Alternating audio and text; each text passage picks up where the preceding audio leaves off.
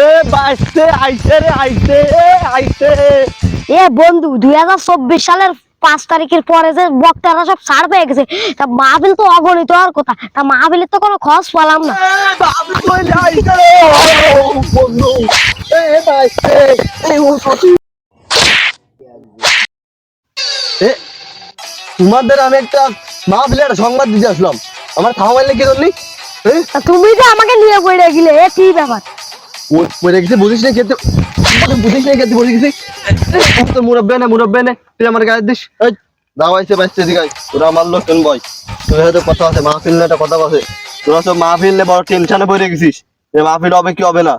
এই সুসংবাদ কি তোরা জানিস কি হচ্ছে আজকে? না ভাই।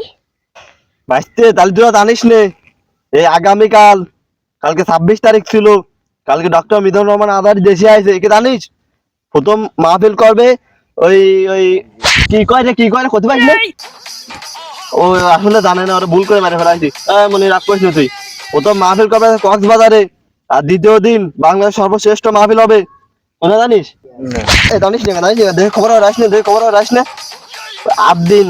আবদিন ফাউন্ডেশনের উদ্যোগে ডক্টর মিজানুর রহমান আজাদ তৃতীয় দিন থাকবে জানুয়ারি মাসের 1, 2, 3, এগুলো খবর রাখিস। গ্রামে সবাই যেন বাসায় দেওয়া হয়, ঠিক আছে? বুঝতে বাঁচানো লোক কথা উত্তর দিতে পারিস না, এটা কোনো খোঁজ খবর রাখিস নে, দেশের খোঁজ খবর উনি পরিচালনায় থাকতেছে। আমি স্থানে জায়গা কইছি ক? হ্যাঁ কইছেন দাদা।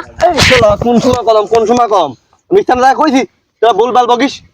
স্থান আছে কেন দশর পুলিহাট, বিশ্ব বড় একটা মাহফিল হবে, তুই কি জানিস? ভাই আমার রাগ আছে, আমার রাগ আছে তোকে। ওই তো মাইনা খালি তোরা শিক্ষা পাবি না, তোরা এখন ছোট রয়েছিস অনেক। একটা থাম আমার তোর দিছি কিন্তু দিছি।